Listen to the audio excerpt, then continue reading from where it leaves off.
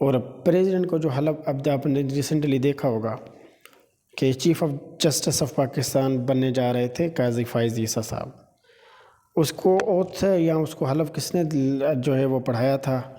وہ president of Pakistan نے پڑھایا تھا۔ یہ الٹ ہو جاتا ہے جب پریزیڈنٹ پاور میں آ جاتا ہے، یا پریزیڈنٹ جو ہے وہ پریزیڈنٹ کی پوسٹ کو ازیوم کرنے جا رہا ہوتا ہے، تو پریزیڈنٹ کو جو حلف اٹھواتا ہے یا حلف پڑھواتا ہے کہہ لیں، تو وہ چیف جسٹس آف پاکستان ہوتا ہے، اور یہ آرٹیکل نمبر 42 میں لکھا گیا ہوا ہے۔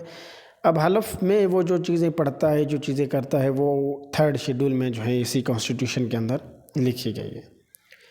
پریزیڈنٹ کی کنڈیشنز کو دیکھیں گے تو آرٹیکل نمبر 43 کے پارٹ نمبر 1 میں پریزیڈنٹ کی پوسٹ کے لیے جو ایلیجیبل ہو جاتا ہے، جو پریزیڈنٹ بن جاتا ہے، وہ کسی دوسری آفس کو ہولڈ نہیں کر سکتا، وہ کسی اور پوسٹ کو جو ہے سرو نہیں کر سکتا جہاں سے اس کو منافع ملتا ہو، یا عہدہ جس کے اوپر اس کو سیلری ملنی چاہیے۔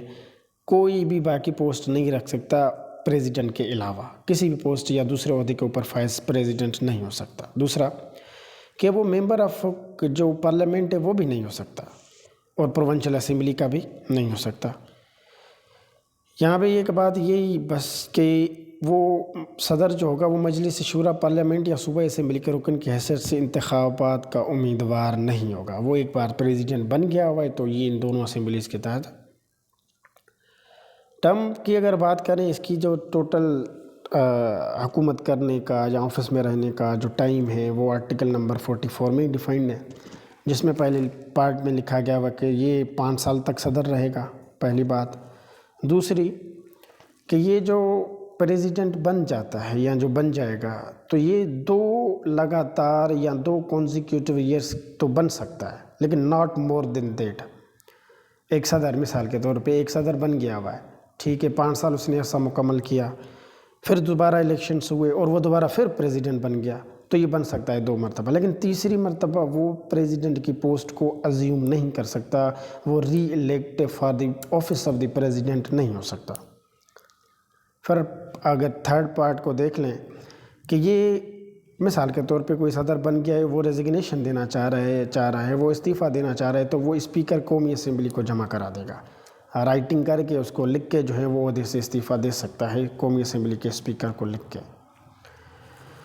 اچھا، پریزیڈنٹ کو پہلا جو فنکشن کہہ لیں یا پاور سمجھ لیں آرٹیکل نمبر 46 کے اندر جو اس کو دیا گیا ہوا وہ یہ کہ، یا اس کو رائٹ سمجھ لیں کہ وزیر اعظم جو ہوگا وہ اور اس کی کابینہ جو ہے وہ صدر کو انفارم کرتی رہے گی، اس کو بیرونی فارین یا انٹرنل افیئرس کے اوپر صدر کو جو ہے وہ انفارم کرتی رہے گی۔ اگر کوئی تجویز یا قانون پاس کروانا بھی چاہ رہی ہے تو وہ صدر کو اس کے بارے میں انفارم کرے گی۔ اب ایک تو پرائم منسٹر اور دوسرا جو ہے اس کی کیبنٹ جو ہے، یہ پریزیڈنٹ کو کیا کرتے آئیں گے؟ انفارم کرتے آئیں گے، بیرونی معاملات کے اوپر، اندرونی معاملات کے اوپر، یا کوئی قانون پاس کروانا اس کے اوپر بھی۔ یہ آرٹیکل نمبر 40 میں صدر کو انہوں نے اویئر کرنا ہے، انفارم کرنا ہے۔ پھر اگر اس کی ریموول کی بات کی جائے تو پریزیڈنٹ کو ریموو کیا جا سکتا ہے۔ اس کی پہلی بات یہ ہے کہ وہ فزیکل انکیپیبل ہو یا انکیپیسٹی ہو۔ انکیپیسٹی کو یوں کہہ لیں کہ اگر کوئی ایکسیڈنٹ ہو جاتا ہے، جسمانی معذوری ہے، پریزیڈنٹ کو کوئی ایکسیڈنٹ ہو گیا ہے اور وہ جو ہیں وہ اس کو کہا جا رہا ہے، ڈاکٹر نے کہا ہوا ہے یا جو کہ بھائی 2 ماہ آپ نے جو ہے وہ ریسٹ کرنا ہے۔ مینٹل انکیپیسٹی کہ وہ دماغی طور پہ کمزور ہو یا دماغی طور پہ کوئی معذور بن جاتا ہے تو وہ پریزیڈنٹ کو وہاں سے ریموو کیا جا سکتا ہے، لیکن اس کے لیے بھی پورا ایک پروسیس انویسٹیگیشن کی جا سکتی ہے، بعد میں اس کو ریموو کیا جا سکتا ہے۔ پھر اگر پارٹ 3 کو دیکھیں تو یہ اگر وائلیشن کرتا ہے کانسٹیٹیوشن کے، اگر کانسٹیٹیوشن کے خلاف ورزی کرتا ہے تو اس کو عہدے سے ہٹایا جا سکتا ہے، امپیچ کیا جا سکتا ہے آن دی وائلیشن آف کانسٹیٹیوشن۔ لاسٹ میں ہم جو فنکشنز کی بات کریں گے کہ صدر جو ہیں وہ کام کون سے کرتے ہیں، کیا کیا کام یہ جو ہیں سر انجام دے سکتا ہے اپنے قانونی اختیارات کو استعمال کر کے۔ تو اس میں سب سے پہلے اگر ہم دیکھیں تو اگر ایک کنڈیشن ہے کہ اگر صدر جو ہے وہ آفس نہیں آ رہا، صدر کی پوزیشن ویکیٹ پڑی ہوئی ہے، خالی پڑی ہوئی ہے، صدر جو ہے وہ وفات پا چکا ہے، یا صدر نے ریزگنیشن دی ہے، یا وہ ریموو ہو چکا ہے، اس کو جو ہے وائلیشن کی ہے کانسٹیٹیوشن کی، یا کچھ بھی، تو اس کے نتیجے میں یعنی کہ صدر غیر حاضر ہے، صدر کی ڈیتھ ہو چکی ہے، صدر نے ریزائن دے دیا ہے، یا صدر کو ریموو کیا گیا ہوا ہے، تو ان دی ایبسنس آف پریزیڈنٹ کی پوسٹ کے لیے اگر وہ ایبسنٹ ہے تو اس کی جو چارج ہے یا پاور جو ہے یا آفس جو ہے وہ چیئرمین سینیٹ ازیوم کر لے گا۔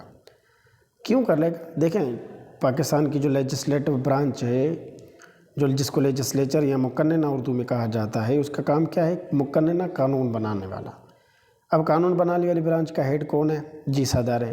قانون کون بنائے گا؟ جی پارلیمنٹ ہے۔ پارلیمنٹ کے کتنے ہاؤسز ہیں؟ 2۔ اپر ہاؤس کون سا ہے؟ سینیٹ ہے۔ سینیٹ کا ہیڈ کون ہے؟ چیئرمین۔ جب پریزیڈنٹ چلا جاتا ہے، یہ اگر 4 کنڈیشنز ہو جائیں تو یہ جو چیئرمین ہوگا سینیٹ کا، یہ پاور کو ازیوم کر لے گا صدر کی پوسٹ کی۔ پھر اگر چیئرمین خود بھی ایبسنٹ ہو جائے، چیئرمین خود بھی نہیں آ رہا، یا وہ اس کو بھی کوئی مسئلہ آیا ہوا ہے، ایبسنٹ ہے، تو وہ اسپیکر قومی اسمبلی جو ہے وہ آرٹیکل نمبر 49 کے تحت پاورز کو ازیوم کر لے گا اور وہ چارج سنبھالے گا as a president of Pakistan کے جو پاورز ہوتے ہیں اس کو ازیوم کر لے گا۔ پہلے قومی اسمبلی کا سینیٹ کا چیئرمین، اور بعد میں اگر وہ بھی ایبسنٹ ہے تو یہ کام جو کریں گے وہ قومی اسمبلی کا جو چیئرمین اسپیکر ہوتا ہے۔ اچھا، یہاں پہ آرٹیکل نمبر 45 میں پریزیڈنٹ کو یہ پاور دیا گیا ہوا ہے کہ وہ اگر کوئی عدالت کسی مجرم کو کسی جو ہے اس کو سزا سنا دیتی ہے، کوئی ٹریبیونل کورٹ اس کو سزا سنا دی، کیا کوئی ٹریبیونل میں اس کو جو ہے وہ سزا سنائی جاتی ہے، تو پریزیڈنٹ کے پاس پاور ہوگا کہ اس سزا کو ختم کرے یا کم کرے۔ 2 کنڈیشنز ہیں۔ کسی کورٹ نے سزا سنائی ہوئی ہے، اس کو یا تو معطل کر سکتا ہے یا اس کو کم کر سکتا ہے president of Pakistan. Article number 45 کے اندر اس کو یہ پاور دی گئی ہے۔ اچھا، یہاں پہ دیکھتے ہیں کہ پاور پریزیڈنٹ کے پاس جو ہوتا ہے وہ on the advice of prime minister appoint کرتا ہے۔ پریزیڈنٹ کے پاس سیریمونیل پاور یہ ایسے سمجھ لیں، ایک سیریمونیل بیٹھا ہوا ہے، ٹھیک ہے، یہ ایکٹ کرتا ہے آن the advice of prime minister. اچھا، کیا ملٹری کے پاورز کون ہے صدر کے پاس؟ کہ یہ chairman joint chief of staff committee جو ہوتا ہے اس کو اپوائنٹ کرتا ہے، چیئرمین آرمی چیف کو اپوائنٹ کرتا ہے، نیول کے چیف کو اپوائنٹ کرتا ہے، چیف آف ایئر مارشل کو اپوائنٹ کرتا ہے، اور ان کی سیلریز الاؤنسز کو بھی ڈٹرمائن پریزیڈنٹ کرتا ہے۔ یعنی کہ یہ جو صدر ہوتا ہے یہ ایکٹ کرتا ہے آن the advice of prime minister. تو یہ چاروں چیف کو اپوائنٹ جو کرتا ہے وہ پریزیڈنٹ ہی کرتا ہے، اور اس کی سیلریز ہے، الاؤنسز ہے، وہ بھی پریزیڈنٹ ہی ڈیسائیڈ جو ہے وہ کر دیتا ہے۔ اچھا، اس کے علاوہ اگر ہم دیکھیں تو president chief justice of Pakistan کی اپوائنٹمنٹ کرتا ہے، جو سینئر موسٹ ہوتا ہے، جو ان کی جوڈیشل کونسل ہے جو کرتے ہیں، تو سگنیچر پریزیڈنٹ کی ہوتی ہے۔ ہائی کورٹ یا سپریم کورٹ کے چیف جسٹسز ہو گئے، ان کو اپوائنٹ کرتا ہے۔ ایکٹنگ چیف جسٹس ہو گیا ہائی کورٹ یا سپریم کورٹ کا، ان کو اپوائنٹ کرتا ہے۔ ایڈ ہاک ججز ہوتے ہیں، ان کو اپوائنٹ پریزیڈنٹ کرتا ہے۔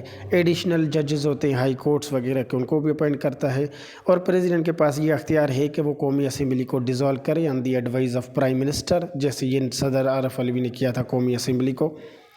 خیر وہ تو نان کانفیڈنس ووٹ موشن جو ہے وہ وجود میں آیا ہوا تھا، لیکن یہ صدر کو اختیار ہے کہ وہ قومی اسمبلی کو ڈیزالو کر سکے۔ اس کے بعد اگر پریزیڈنٹ کو دیکھیں تو وہ اس کے پاس ایک لیجسلیٹو پاور، پریزیڈنٹ کے پاس جو ہے وہ ایک لیجسلیٹو پاور ہے کہ ایک تو قانون وہ ہے جو اسمبلی سے بن کے آتا ہے، یعنی کہ وہ قومی اسمبلی میں آئے گا، پھر جو ہے وہ سینیٹ میں آ جاتا ہے، سینیٹ کے بعد پریزیڈنٹ کے پاس آ جاتا ہے۔ اب مثال کے طور پہ ایک قانون پاس ہونے جا رہا ہے، وہ پہلے قانون قومی اسمبلی میں آئے گا، وہاں پہ ڈسکشن ہوگی، اس کو اگر 2/3 میجورٹی مل جاتی ہے، اکثریت مل جاتی ہے، آوازی اکثریت، تو وہ سینیٹ کے پاس چلا جاتا ہے۔ جب سینیٹ میں بھی اس کو 2/3 میجورٹی مل جاتی ہے تو وہ سیدھا کہاں جائے گا؟ پریزیڈنٹ کے پاس، پریزیڈنٹ اپروو دے دے گا، سائن کر دے گا، تو وہ جوڈیشری کے پاس وہ قانون ملک میں نافذ ہو جاتا ہے۔ اب ایک تو قانون وہ تھا جو اسمبلی سے بن کے آیا ہوتا ہے، ایک قانون وہ جو اس پارلیمنٹ سے بن کے آیا ہوا ہے، لیکن ایک قانون وہ بھی ہو سکتا ہے کہ پریزیڈنٹ انڈیویجول طور پہ یہ کام کر کے دکھائے، ایک آرڈیننس پروملگیٹ کر دے۔ آرڈیننس کے بیسیکلی اتھارٹی ہے، آرڈر کہہ لیں، تو یہ جو آرڈر ہوگا یہ پریزیڈنٹ ہی پاس کر دیتا ہے، یہ اس کی انڈیویجول ایک لیجسلیٹو پاور ہے کہ وہ اس کو جو ہے وہ پروملگیٹ کر سکتا ہے۔